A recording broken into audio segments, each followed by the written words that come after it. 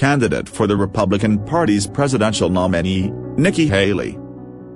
The former U.S. ambassador to the United Nations has garnered support in public opinion polls since the highly acclaimed debate in late August. She has risen to prominence in the 2024 U.S. presidential race by frequently addressing foreign policy issues and boasting one of the highest approval ratings among Republican Party members. In today's edition of Famous People in the World, let's delve into the details of the political career of Nikki Haley and how she has been gaining increasing support in this race. Haley, 51, is well known in the Republican Party for her ability to handle issues related to gender and race more credibly than many of her party peers. However, she has faced criticism for her vague stance on some major policy issues. Born Nimrata Randolph, she is the daughter of Indian immigrants who owned a clothing store in rural South Carolina. She occasionally mentions the discrimination her family faced.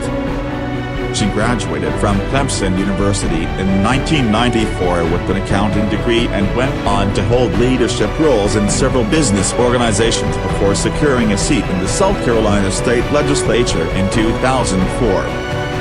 Elected as the governor of South Carolina in 2010, Haley became the first woman to hold that office in South Carolina and the second Indian American governor in the U.S.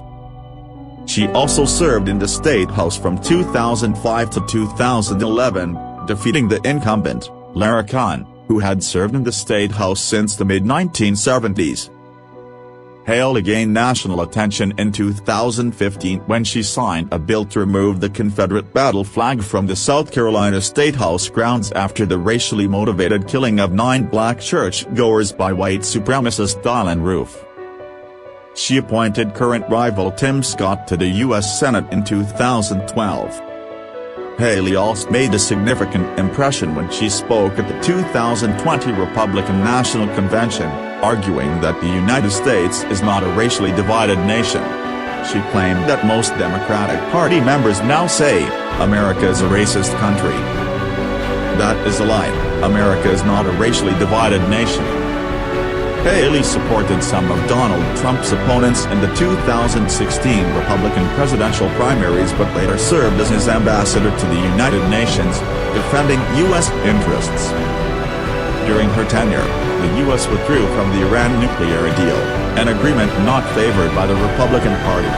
In 2018, the U.S. also left the United Nations Human Rights Council.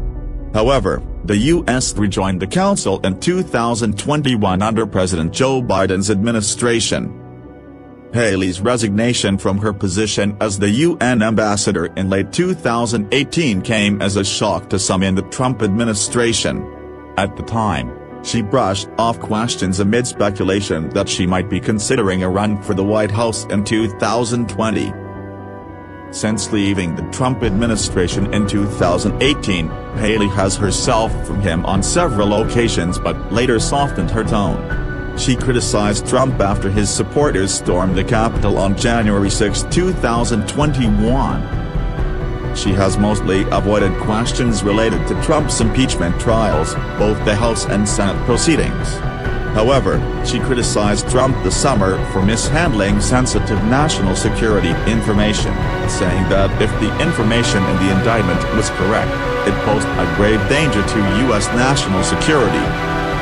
She stated that her policies differ from Trump's, particularly regarding China, North Korea, and Ukraine. Haley was one of the first candidates to enter the 2024 presidential race when she announced her candidacy in February this year. Although she had some short-lived success in early polls, she slipped in most national and state-level surveys.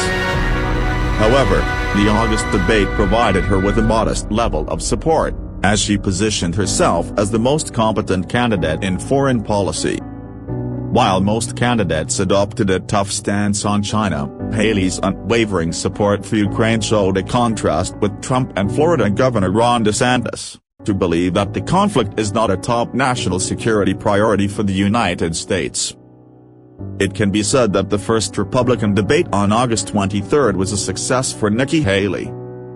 she received fundraising support, and her campaign staff reported a growing number of supporters. Good news continues to pour in for the former South Carolina governor, as a CNN SSRS poll shows that she is the strongest Republican presidential candidate against President Joe Biden. In hypothetical matchups, all other Republican candidates poll about even with Biden. Trump leads the early Republican primary polls by a large margin, only narrowly ahead of Biden by 1 point. Florida Governor Ron DeSantis, who maintains second place in national Republican polling, ties with Biden at 47%, while Haley leads Biden by 6 points, with 49% to 43%. This aligns with arguments made by Haley's supporters that she appeals more to independent voters and female voters, and is less divisive than her rivals like Trump and DeSantis. David Winston, a Republican pollster not aligned with any campaign this year, said this is a positive aspect that she can leverage, giving her a voice among Republican voters and an opportunity to say, "This poll shows that I am the strongest candidate." Olivia Perez-Cubas, a spokesperson for Haley's campaign, stated that audiences saw up close during the first debate that Haley is tough, honest, and unwavering in significant battles. Haley's campaign raised over $1 million in the first 72 hours following the debate. A recent NMN research poll in New Hampshire showed Haley and DeSantis tied for second place, with each garnering 10% of support. Haley also placed third in at least 2 recent Iowa polls. However, all these positive signs do not necessarily make her path to victory any easier. Currently, Trump is far ahead of his remaining rivals. For example, in a New Hampshire poll, he leads Haley and DeSantis by 37 points. On the national level, the average of various polls conducted by several organizations shows strong support for Trump, at around 53%. Haley is in fourth place, with an average support rate of about 7%. DeSantis has about 16%, while the remaining candidates have relatively low support. In many cases, the real question is whether Nikki Haley, a candidate with significant appeal to high-level Republican voters, could become a real threat to Trump. This concludes today's program. Thank you for tuning in. Goodbye, and see you again.